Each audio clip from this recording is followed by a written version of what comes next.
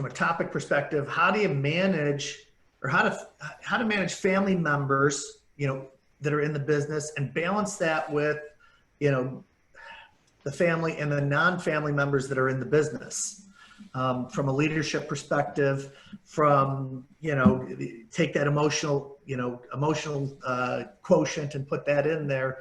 When we're talking about that, Cathy, how does the leader manage those pieces? What should they be doing versus what shouldn't they be doing?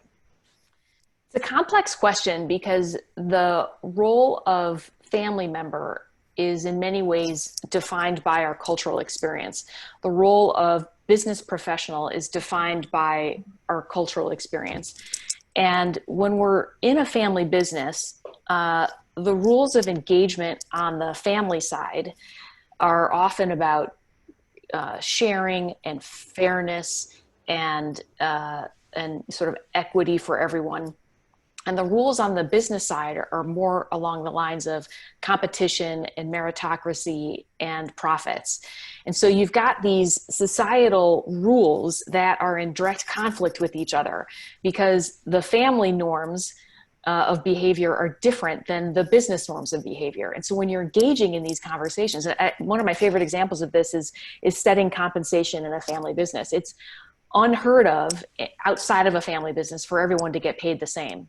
It is quite common in a family business for everyone in the business if their last name is on the front door, they earn the same amount of money, whether it's the CEO or the stockroom. And here's the logic. According to family rules, it's fairness, right? We're all members of the family. We all should get paid the same. We're all contributing to this business. And it's logical when you use the family rules. It's utterly a failure when you use business rules. It does not translate well.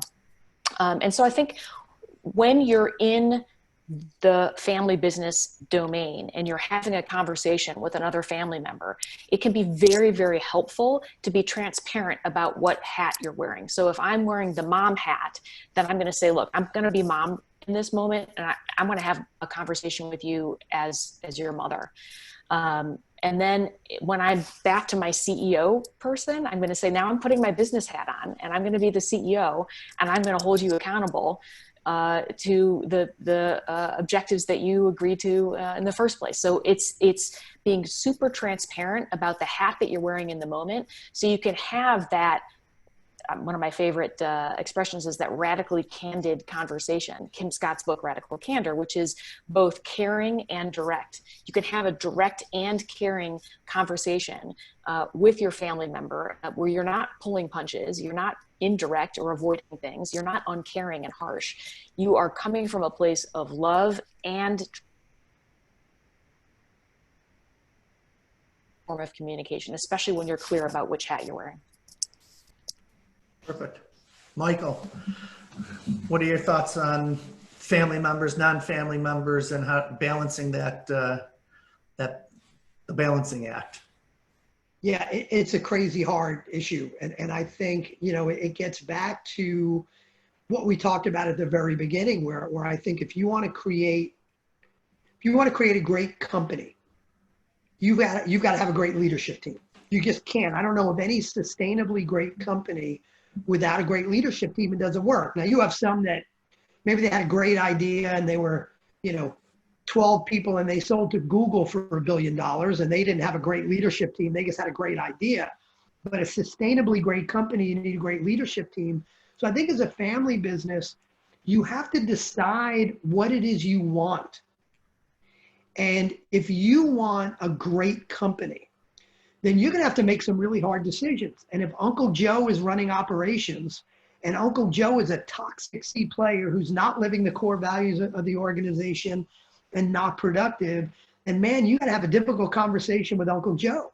And Uncle Joe may not be the right person to be on the leadership team. But I get it. If your number one priority is we got to keep this family together, and it's not about having a great company.